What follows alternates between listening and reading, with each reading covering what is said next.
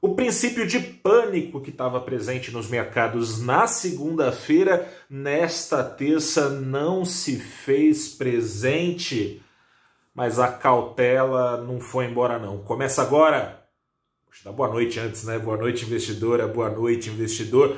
Começa agora o seu saldo deste dia 22 de dezembro de 2020, em que o Ibovespa subiu não com a mesma intensidade com que caiu ontem, mas subiu 0,7% de volta à faixa dos 116 pontos.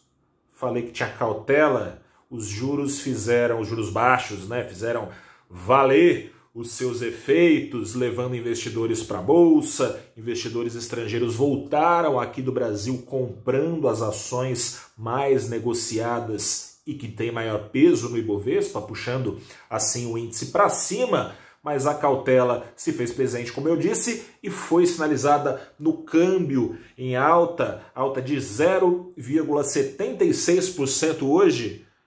Dólar é vendido a R$ 5,16 neste fechamento. É o seguinte: cientistas garantem que as vacinas já descobertas e que em alguns países já foi aprovada e começou a ser ministrada, aqui no Brasil nem aprovada foi, não se sabe ao certo nem quando vai começar a ser aplicada.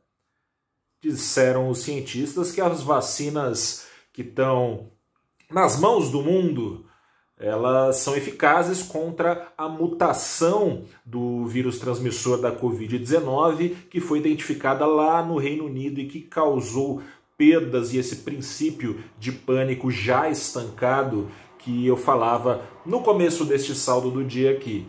Acontece que com essa eficácia garantida, os investidores começaram a ficar um pouquinho mais calmos, lembraram que os juros seguem em baixa, não tem muito para onde correr e que, afinal de contas, apesar dos pesares, se quiser ter um pouquinho de retorno, é na bolsa mesmo que tem que ir, porque juros vão continuar baixos, vai continuar chovendo euro, vai continuar chovendo dólar, vai essa injeção monetária continuar turbinando, tende pelo menos por algum tempo, um bom tempo, coisa de 1, 2, 3 anos, vai continuar turbinando as bolsas rumo aos seus recordes.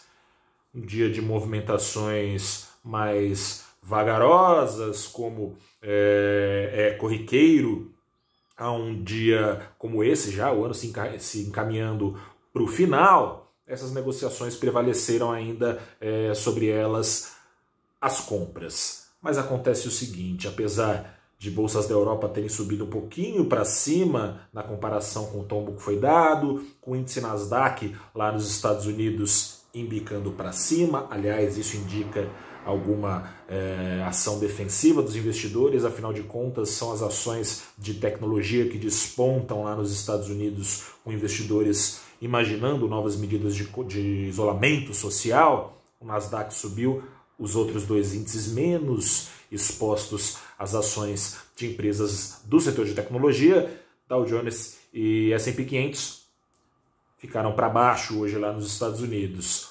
O dólar no mundo todo, não foi uma exclusividade aqui do Brasil, foi pressionado a subir, com investidores buscando segurança, como sempre, nos títulos do Tesouro americano, porque a Covid-19 está aí, né? A vacina ela é eficaz contra a maior parte da cepa, né? Uma nova palavra aí que a gente está aprendendo. A gente está aprendendo um pouquinho sobre biologia, né? Infectologia, cobrindo o mercado nesse ano. Quem diria? A nova cepa do vírus transmissor da Covid-19, mais contagiosa, antiga cepa, todas as cepas. As vacinas são eficientes, mas vai demorar ainda para vacinas chegarem.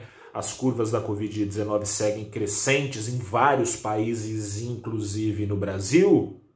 Com isso, restrições tendem a ser novamente impostas pelo mundo. Essa preocupação fez, portanto, busca por proteção fazer o preço do dólar ser pressionado, e aqui no Brasil somam-se a essas preocupações outras que são velhas, conhecidas, mas com novos capítulos, preocupações nutridas por riscos políticos e fiscais. Ontem, o Ministério da Economia se posicionou ferrenhamente contrário à aprovação eventual em segundo turno da PEC que pretende passar mais recursos da União para os municípios, falando que, puxa, a situação é difícil, vai ter um rombo ainda maior nas contas públicas fixo para os próximos anos, vai na direção contrária do que pretende o governo. Esperava-se que a base governista lá no Congresso se mexesse para impedir a aprovação. Não foi o que aconteceu. Hoje o deputado líder do governo na Câmara, deputado federal Ricardo Barros, falou que o governo não ia tentar tirar da pauta de votação, não. Rodrigo Maia, agora depois do fechamento, desancou o verbo que tem feito, né, ao longo dos últimos dias, dos seus últimos dias à frente na Câmara, na presidência da Câmara. Rodrigo Maia falou que o governo precisa tomar uma decisão, que, segundo ele, o governo está deixando de ser popular para ser populista, que ia ver o que pode ser feito, enfim. Nesse clima, as preocupações com risco fiscal continuam e está andando lá na Câmara um outro foco de preocupação em relação ao risco fiscal, que é o Refis, um novo programa para refinanciar as dívidas de impostos que não foram pagos por grandes empresas, prevendo o perdão de parte dos juros acumulados por essas dívidas e das multas também. É nesse clima que 2020 está acabando. Um ano que deve ainda deixar suas sequelas pelos próximos. Eu sou o repórter Gustavo Ferreira, do valorinvest.com. Fico por aqui. Uma boa noite a você. Volto para a gente se falar amanhã na quarta-feira, no último pregão completo antes do Natal, dia 24. O jogo acaba mais cedo. Mas amanhã tem.